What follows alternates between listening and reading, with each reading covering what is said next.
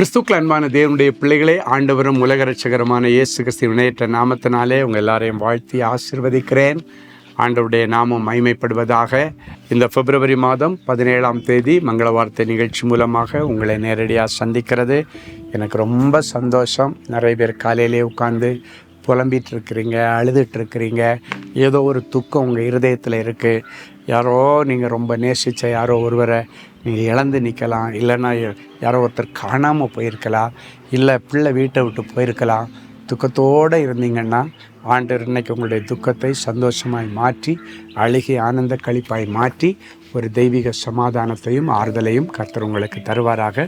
எந்த காரியத்தை குறித்து கவலைப்பட்டுட்டு இருக்கீங்களோ அந்த காரியத்தில் கர்த்தர் ஒரு அற்புதத்தை செய்வாராக. சரி, இன்றைக்கு பிறந்த நாள், திருமண நாள் நினைவு கூறுகிற பிள்ளைகளுக்கு புகழ்ச்சியிலும் கீர்த்தியிலும் மகிமையிலும் உன்னை சுரந்திருக்கும்படி செய்வேன்கிற வார்த்தையை கர்த்தர் கொடுத்து கனம் பண்ணுகிறார். இன்றைக்கி நம்மளை மங்கள வார்த்தை ரொம்ப முக்கியம். எடுத்து வாசிப்போம். சங்கீதம் 18:28. தேவரீர் என் விளக்கை ஏற்றுவீர், என் தேவனாகிய கர்த்தர் என் இருளை வெளிச்சமாக்குவீர். ஆண்டவர் நம்முடைய விளக்கை ஏற்றி வச்சார்னா தான் இருள் வெளிச்சமாக மாறும். அப்படின்னா ஆண்டவர் உங்களுடைய விளக்கை ஏற்றும் பொழுது நீங்கள் குடும்பத்திற்கும் உங்கள் அக்கம் பக்கத்து ஜனங்களுக்கும் சொந்த பந்தங்களுக்கும் வெளிச்சம் கொடுக்கிற பிள்ளைகளாக மாறுவீர்கள். நீங்கள் இருளின் பிள்ளைகளாய் இராமல் இனி வெளிச்சம் கொடுக்கிற பிள்ளைகளாய் மாறும்படி ஆண்டவர் இன்றைக்கு உன்னுடைய விளக்கை ஏற்றி வைக்கிறார்.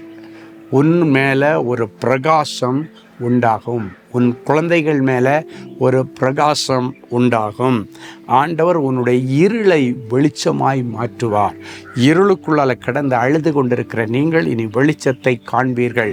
ஏதோ ஒரு இழப்பு, ஏதோ ஒரு துக்கம், யாரோ ஒருவரை இழந்து நிற்கிறீங்க.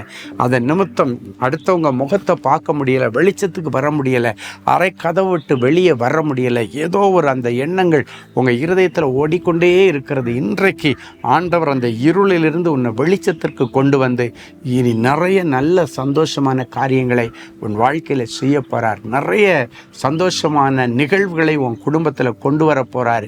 அன்றைக்கு ஈசாக்குடைய தாய் மரித்து போனது அவனுக்கு பெரிய துக்கம். ஆனால் ஒரு நாள் வந்தது அவனுடைய துக்கத்தை சந்தோஷமாக மாற்றும்படி ஆண்டவர் அவனுக்காக ரெபேக்கா என்கிற மனைவியை கொண்டு வந்து அந்த ஸ்தானத்தை நிரப்பினார். வேதம் சொல்லுகிறது, ஈசாக்கு தன் தாயின் நிமித்தம் கொண்ட துக்கம் நீங்கி ஆறுதல் அடையும்படி ஆண்டவர் ரெபேக்காவை கொண்டு வந்தார். ஸோ உங்கள் துக்கம் நீங்கி நீங்கள் ஆறுதல் அடையும்படி நிறைய நல்ல காரியங்களை கர்த்தர் உங்கள் வாழ்க்கையில் செய்வார்.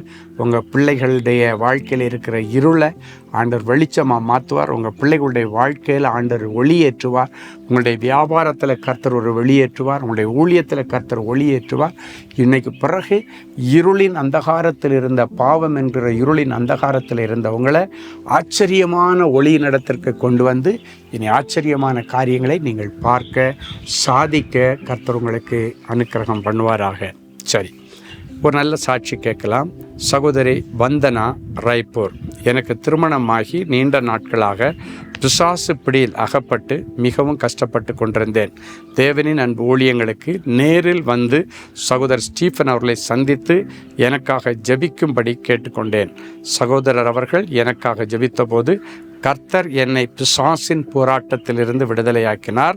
அதன் பிறகு நான் கர்ப்பம் தரித்தேன். மருத்துவர் பரிசோதனை செய்து பார்த்துவிட்டு சுகப்பிரசவம் ஆவது கடினம் என்று சொல்லிவிட்டார். நான் தொடர்ந்து தேவனின் அன்பு ஊழியங்களின் ஜெப மையத்தை தொலைபேசி வழியாக தொடர்பு கொண்டு ஜெபித்து கொண்டேன். அன்பரின் பாதத்தில் ஒரு நாள் உபவாச கூடுகையில் கலந்து கொண்டு கூட்டத்தின் முடிவில் சகோதரர் ஸ்டீஃபன் அவர்களிடம் தனி ஜெபத்தில் ஜெபித்து கொண்டேன். கர்த்தருடைய கிருபையினால் சுகப்பிரசவத்தில் அழகான குழந்தையை பெற்றெடுக்க கர்த்தர் கிருபை செய்தார். பிசாசின் பிடியில் அகப்பட்டு இருளுக்குள் இருந்த என் வாழ்க்கையை கர்த்தர் வெளிச்சமாக்கினார். உங்களுக்கு அப்படியே செய்வார். சில நேரங்களில் பிசாசு உங்கள் வாழ்க்கையில் உங்களை இருட்டுக்குள்ளேயே வச்சு மூடி வச்சுருக்கோம். கர்த்தர் இன்றைக்கி அந்த இருட்டிலிருந்து உங்களை வெளியே கொண்டு வர்றார். ஜெபிக்கலாமா? அன்பான ஆண்டவரே, உமக்கு நன்றி. என் பிள்ளைகளுடைய இருளை வெளிச்சமாக்கும். அந்தகார இருள் என்கிற பாவத்திலிருந்து ஆச்சரியமான ஒளி என்கிற வெளிச்சத்திற்கு என் பிள்ளைகளை கொண்டு வார். அதை தொடர்ந்து அடுக்கடுக்கான அற்புதங்கள் நடக்கட்டும். அவருடைய வாழ்க்கையில் கர்த்தர் கொஞ்சம் விளக்கேற்றி வைக்கிறதற்காய் ஸ்தோத்திரம்.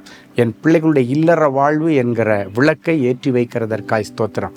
முன்னேற்றம் என்கிற விளக்கை ஏற்றி வைக்கிறதற்காய் ஸ்தோத்திரம். வேலை என்கிற விளக்கை ஏற்றி வைக்கிறதற்காய் ஸ்தோத்திரம். என் பிள்ளைகள் இழந்து போன சகல நன்மைகளையும் அவர்கள் பெற்றுக்கொள்ளத்தக்கதாக தட்டைகளை உடைச்சி என் பிள்ளைகளுக்கு நீர் அற்புதம் செய்தே ஆகணப்பா. இனி என் பிள்ளைகள் இருளுக்குள்ளே இருக்கக்கூடாது, வெளிச்சத்தில் வந்து அநேகருக்கு முன்பாக சாட்சி சொல்லத்தக்கதாக கர்த்தர் இவர்களை பிசாசின் பிடியிலிருந்தும் பாவத்தின் பிடியிலிருந்தும் சாபத்தின் பிடியிலிருந்தும் இன்றைக்கு மீட்டெடுத்து என் பிள்ளைகளை சுதந்திரமாய் நடமாட வைப்பீராக. மனநிலை பாதிப்புகள் மாறட்டும் சாமி. ஆண்டவரே, ஆட்டிசம் பிரச்சனைகள் மறைந்து போகட்டும். ஹைப்பர் ஆக்டிவாக இருக்கிற பிள்ளைகளை கர்த்தர் தொட்டு குணமாக்கி அவர்கள் இருட்டறையிலே கிடந்து அழிந்து விடாதபடிக்கு வெளிச்சத்திற்கு கொண்டு வந்து அவர்களுக்கும் ஞானத்தை கொடுத்து அவர்களையும் நீர் எழும்பி பிரகாசிக்க பண்ணும். இயேசுவின் மூலம் பிதாவே, ஆமென்.